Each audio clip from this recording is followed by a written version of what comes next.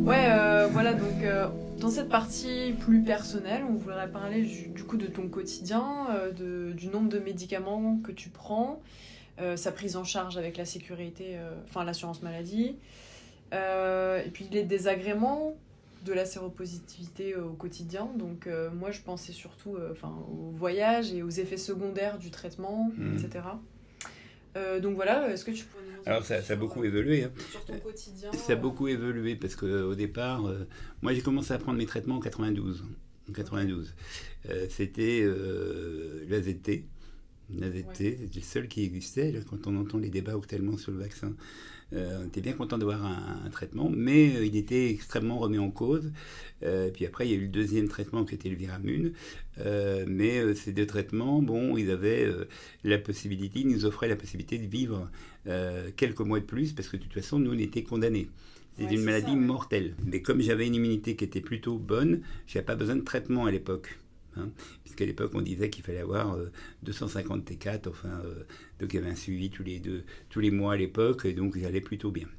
Et quand elle a commencé à baisser, on m'a proposé des traitements, donc l'AZT, le Viramune, l'AZT d'abord, puis ça n'a pas trop bien fonctionné, puis il y avait des effets secondaires, puis il y avait donc c'était un peu compliqué, donc on a pris le Viramune, d'autres ça, types. C'était sous forme de gélule Alors l'AZT, c'était des médicaments, ouais, c'était des médicaments. La Viramune, c'était un gros médicament, une grosse gélule orange qu'il fallait laisser dissoudre. Ouais, Mais qui était dégueulasse et qui provoquait beaucoup d'effets secondaires aussi. Alors les effets secondaires, c'est dans la vie quotidienne. Hein. Ça peut être effectivement des problèmes de transit, des problèmes de courbature, des problèmes de fourmillement, des problèmes de tête, de maux de tête, des trucs extrêmement gênants et invalidants. Donc progressivement, ça ne donnait pas tout le temps envie de prendre des médicaments qui allaient vous faire du mal. Ouais, non, c'est sûr. Et que c'était pour se soigner. Donc ça, c'était au début C'était au début, dans les années 90, 92. Parce que justement, comment en fait aujourd'hui ton traitement il s'organise? Alors, il y a un truc qui est important, c'est qu'en 92, il n'y avait que le VIH et que j'avais 26 ans. Oui. Maintenant, j'ai 61 ans et donc j'ai eu depuis un certain nombre d'épisodes liés plus ou moins avec mon système immunitaire ou ma déficience immunitaire et qui ont fait que j'ai pris progressivement d'autres traitements. Tous les traitements sont complémentaires mais à vie. D'accord. Sont à vie. Donc ça veut dire qu'aujourd'hui, alors à l'époque, le Viramune, il y avait 3-4 pilules. Ensuite, j'ai fait pendant 4-5 ans des essais. Le Viramune ne fonctionnait plus, donc on a essayé les nouvelles molécules qui arrivaient, et j'ai été dans l'impasse thérapeutique, il n'y avait pas de proposition, ça n'avançait pas, puis on a eu trouvé en fait, après progressivement les traitements qui correspondaient.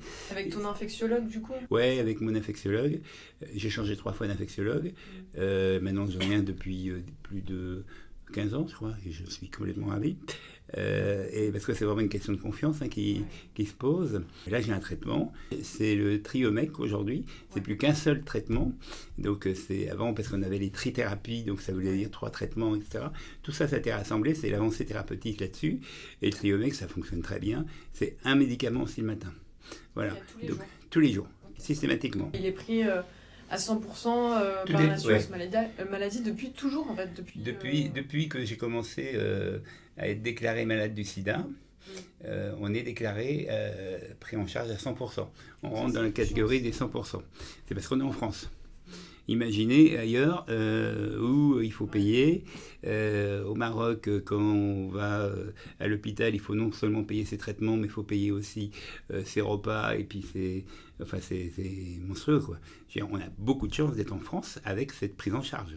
Et le VIH, les hépatites, parce que le VIH est une ALD, affection longue durée, et donc il y en a une vingtaine en France qui permettent en tout cas d'être pris en charge pour tout ce qui relève des traitements, des examens et des hospitalisations. Okay. Tu nous avais dit que ça, dans les années 80, ça avait été un grand combat pour faire reconnaître les malades du VIH comme... avec un statut d'handicapé. Oui, alors ça c'était... Alors là c'est le thérapeutique. Après, il y a le thérapeutique, c'est pas qu'une chose. Il faut pouvoir vivre au quotidien.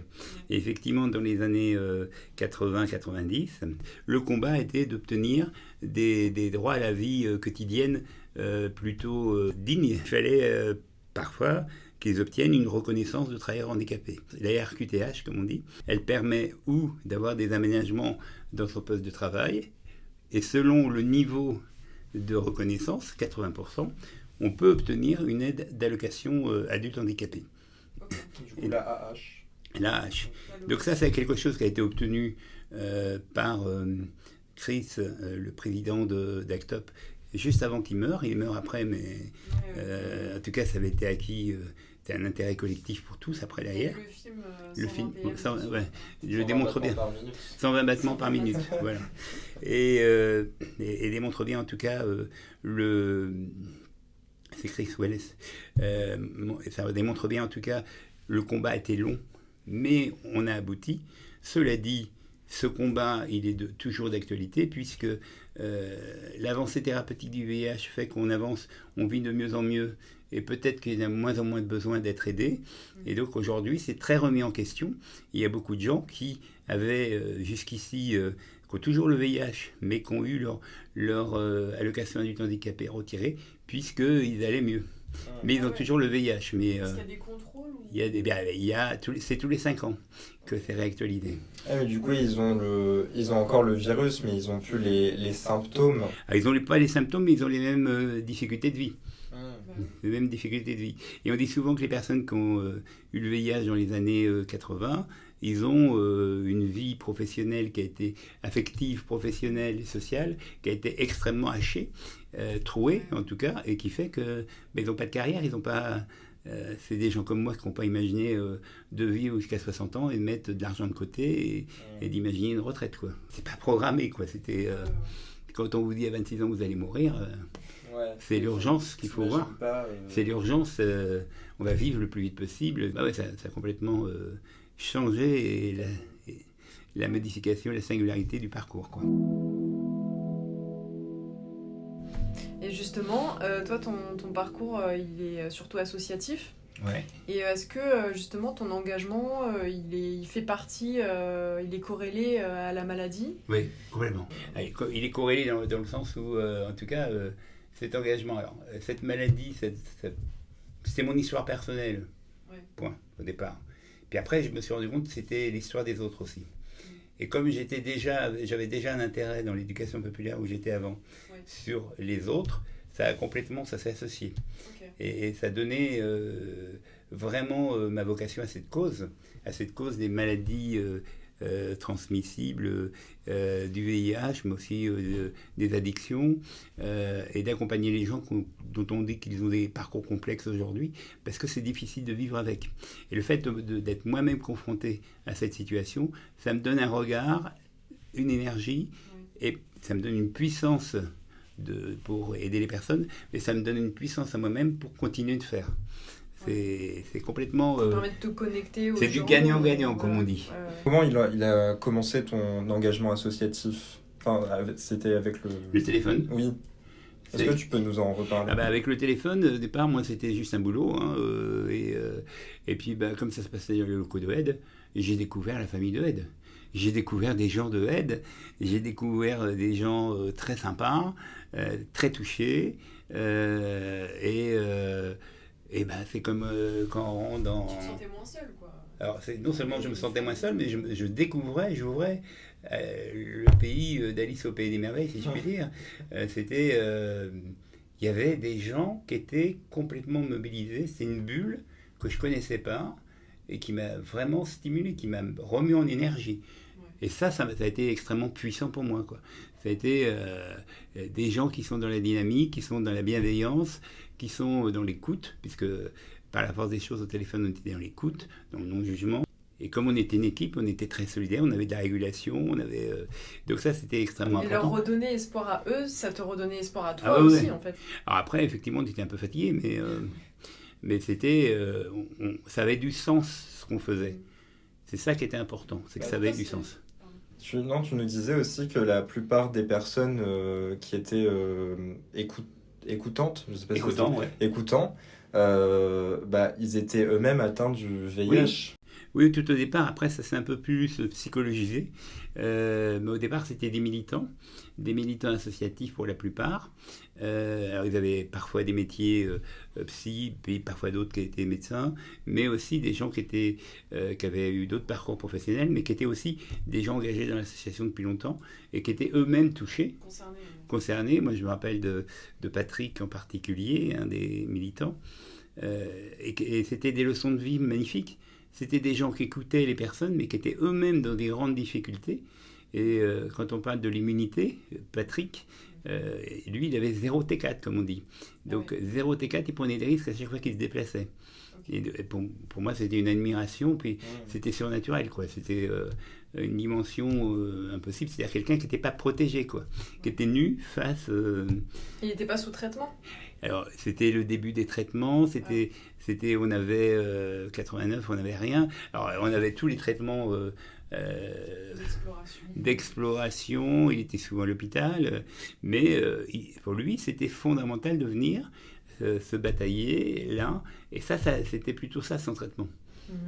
Ouais, en fait, toi, ton engagement associatif, ça t'a permis de te construire toi et d'apprendre même sur le domaine médical, avec d'autres témoignages, des experts, etc. Donc, alors là, ça c'est clair, c'est que moi j'étais pas du tout axé sur le champ médical à l'époque, hein, et de fait j'ai appris l'immunologie, j'ai appris l'état de santé des personnes, l'organisation des services hospitaliers, l'accompagnement social.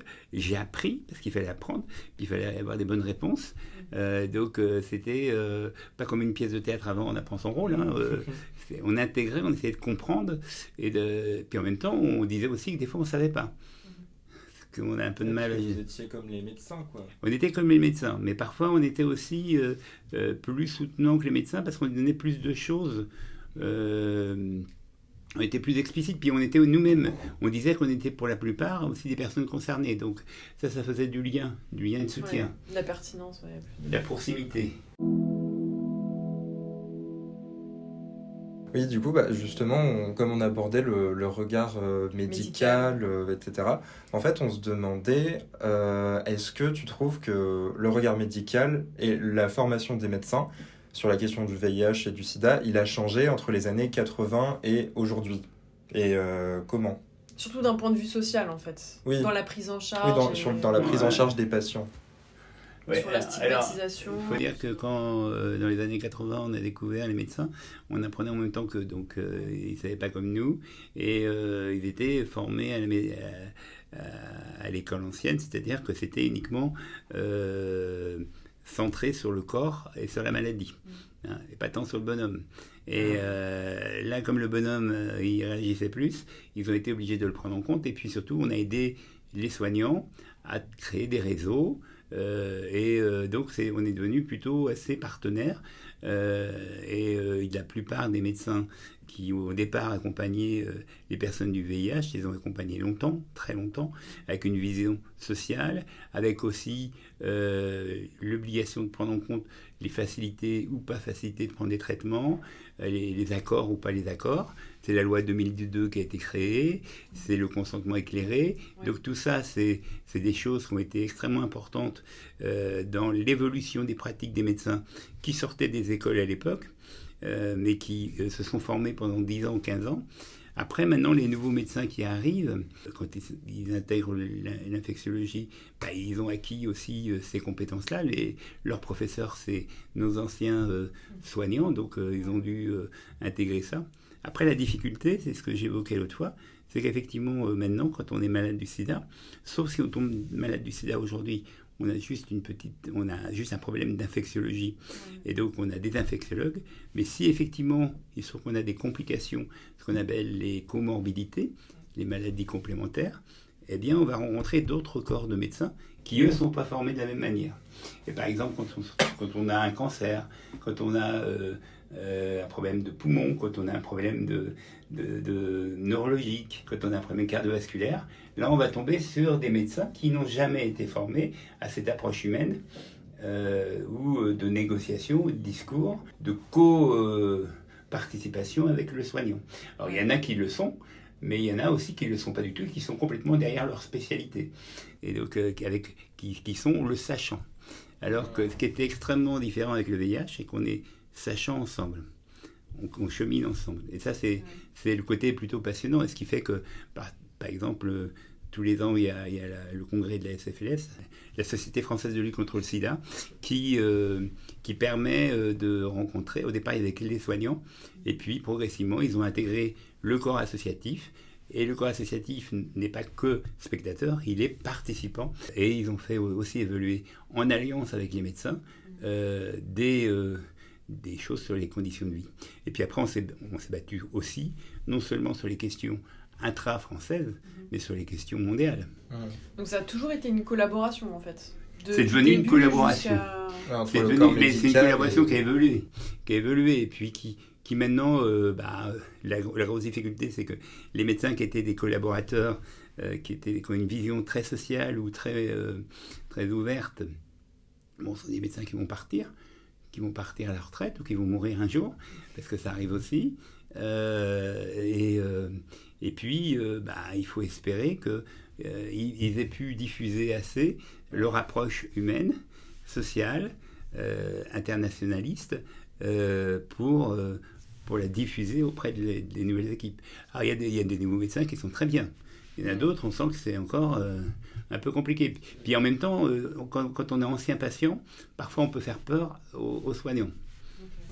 Et parce que cette méconnaissance du VIH et du sida dans les années 80 par le corps médical, ça s'ancre aussi dans une méconnaissance de la société en général.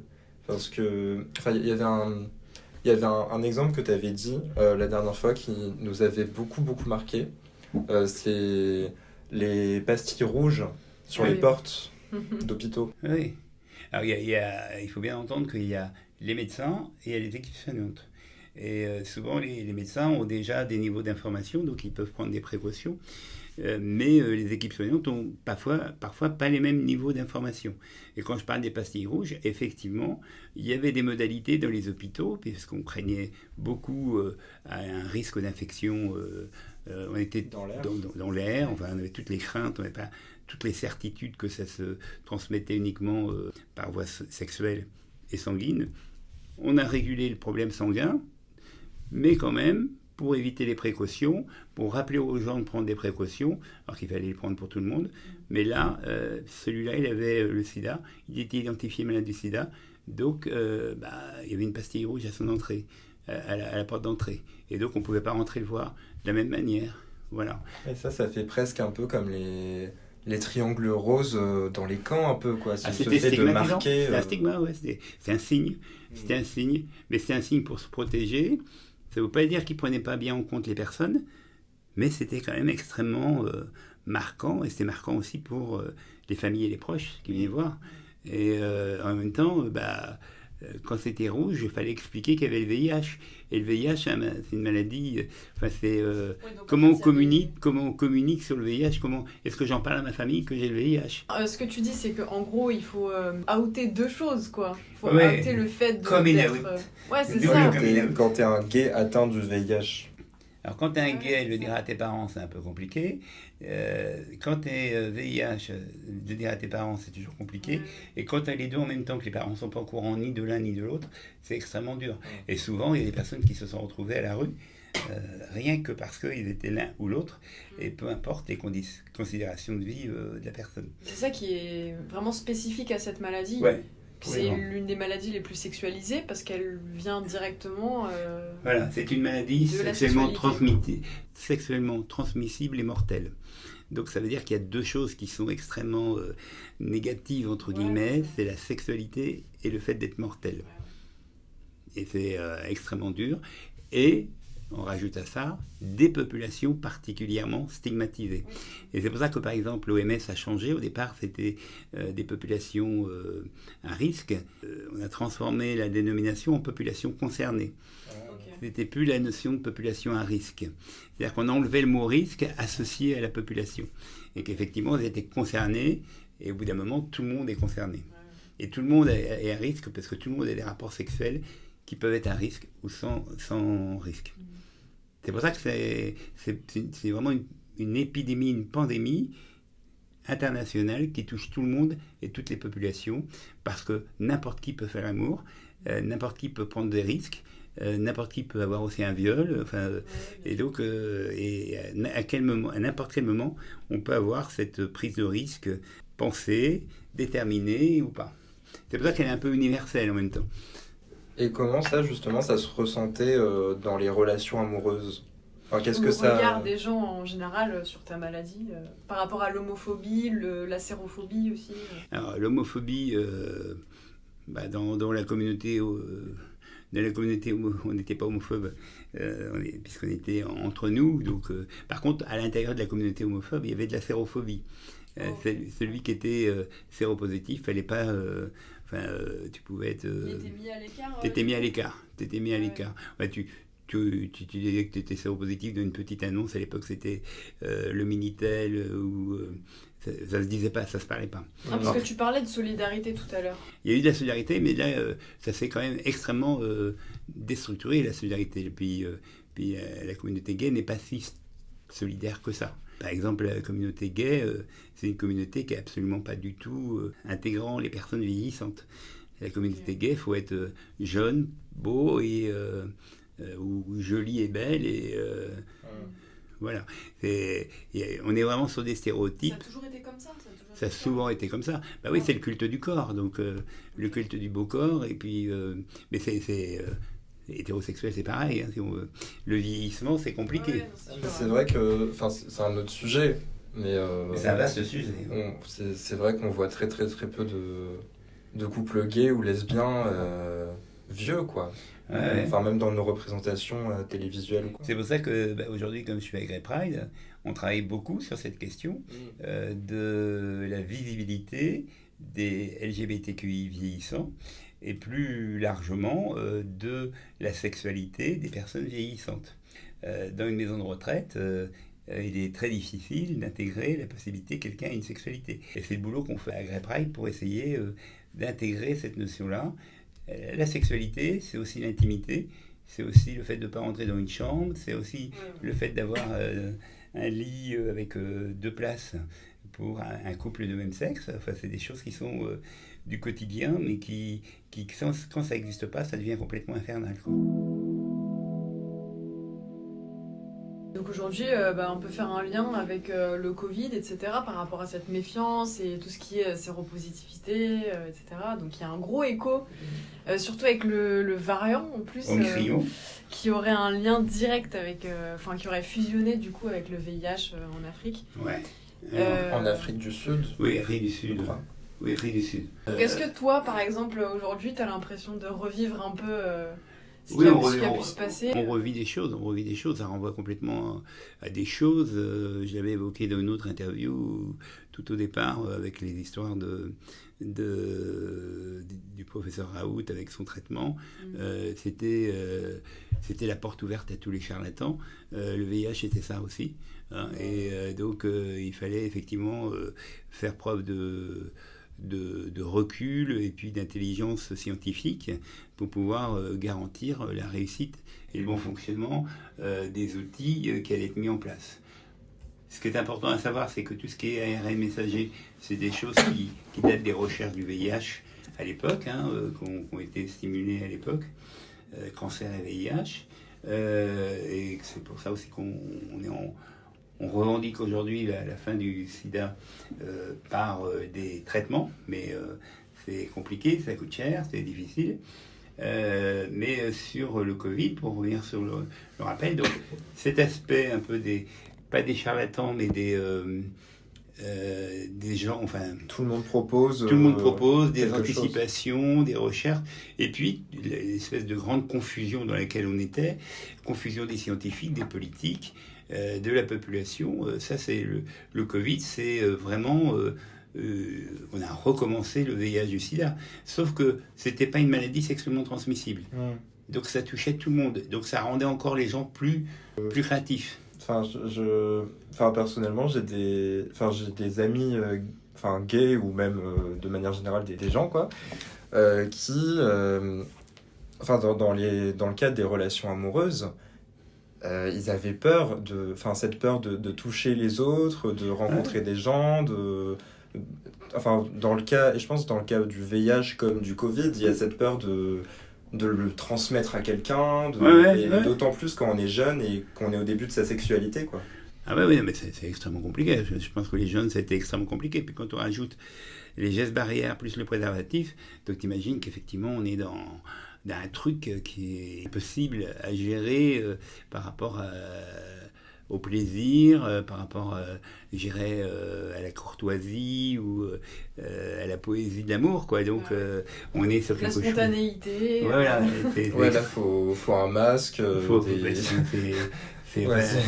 Ça, c'est compliqué. Alors, par rapport à la question du Covid, pour terminer... Oui, est-ce que tu ne penses pas qu'il y aura une diminution de la vigilance des gens ? Parce que du coup, ils se focalisent beaucoup plus sur le Covid et ils oublient toutes les MST, Complètement. A priori, je n'ai pas les chiffres en tête, mais a priori, effectivement, ça n'a plus du tout été une priorité. Alors, c'était déjà pas une priorité, faut pas non plus se leurrer. C'était pas quelque chose où les gens pensaient tous les jours à ça, mais ça a mis complètement en arrière. D'abord, ça met en arrière parce que on n'était plus dans des rapports sexuels accessibles, faciles. Et puis, ça met en arrière. Des rapports tout court, déjà. Oui, c'était la question du rapport tout court. Et puis après, je pense que quand il y avait des rapports, il y avait le rapport, quoi. Et donc, vous demandez si la personne était atteinte du Covid et puis le reste... Peut-être. Ou alors il y a des gens qui étaient extrêmement vigilants. Mais même sur Tinder, il y a une petite vignette vaccinée pour dire qu'on est vacciné du Covid. Et c'est incroyable, quoi. Et c'est fou qu'il n'y ait pas ça pour le VIH, en fait. Ouais, alors aussi pour le VIH, pour le Grindr, il y a souvent des gens qui disent séropositif, séroconcerné, et donc ça écarte. C'est ça. Ou ça écarte pas. Et parce qu'on a envie d'être avec quelqu'un qui est touché de la même manière, mais entre deux adultes consentants, qui ont le niveau d'information similaire. Doivent être réfléchis quand même un minimum. Disons, c'est pour ça que se parler, c'est bien. Bon. Et surtout, en fait, on n'en a pas parlé, mais il existe la PrEP. Et je trouve que c'est hyper important. On n'a pas du tout parlé, en fait. Il concerne plutôt... c'est les personnes qui couchent avec les hommes. Oui, des homosexuels. Mais même les femmes hétérosexuelles, en théorie, je crois, elles peuvent... Oui, c'est les travailleurs du sexe aussi. Et aux travailleurs du sexe, c'est ceux qui ont une activité sexuelle importante. Et qui vont se prémunir, mais qui ont intégré ça dans leur mode de vie. Et donc la PrEP, elle reste encore très dans sa bulle, en fait. Et c'est pour ça que c'est la communauté gay, les travailleurs du sexe, et quelques femmes qui accèdent à l'information, ou quelques couples hétérosexuels, ou qui l'intègrent pour eux dans leur pratique. Pour l'instant, ça reste une... Enfin, moi, je sais, j'ai quelques amis gays qui l'apprennent ou quoi, mais c'est une pratique qui reste de niche, un peu. C'est très récent aussi, parce que c'est un traitement qui a été inventé en 2012. Qui a été mis au public, rendu public en 2012. En 2012. C'est pas comme une aspirine qu'on va prendre tout le temps, quoi. C'est effectivement dans un cas très particulier, dans un contexte particulier, lié à un mode de vie, lié à une pratique. C'est ce qu'on appelle de la réduction des risques par rapport aux risques qu'on va pouvoir ou vouloir prendre. En tout cas, ça peut... Enfin, pour les personnes qui nous écoutent, il me semble que ça peut ils peuvent découvrir ce que c'est. Oui, déjà découvrir. Dessus, etc. Mais je crois que ça peut savoir par son médecin traitant. Oui, ça peut savoir par son médecin traitant.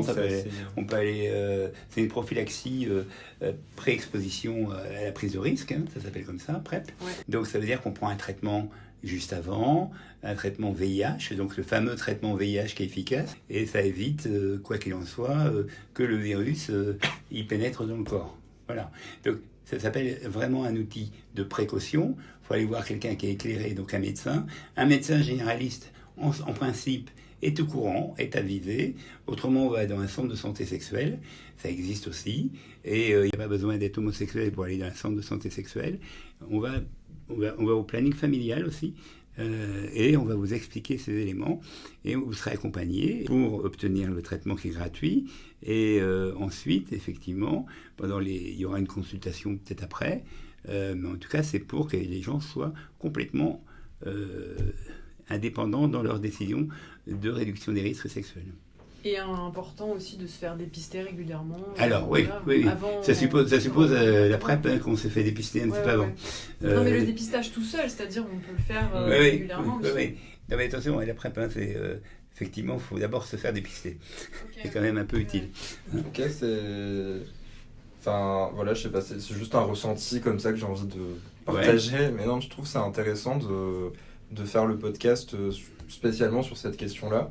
Parce qu'à l'école, notre génération, plutôt, Cynthia et moi. On en parle, mais.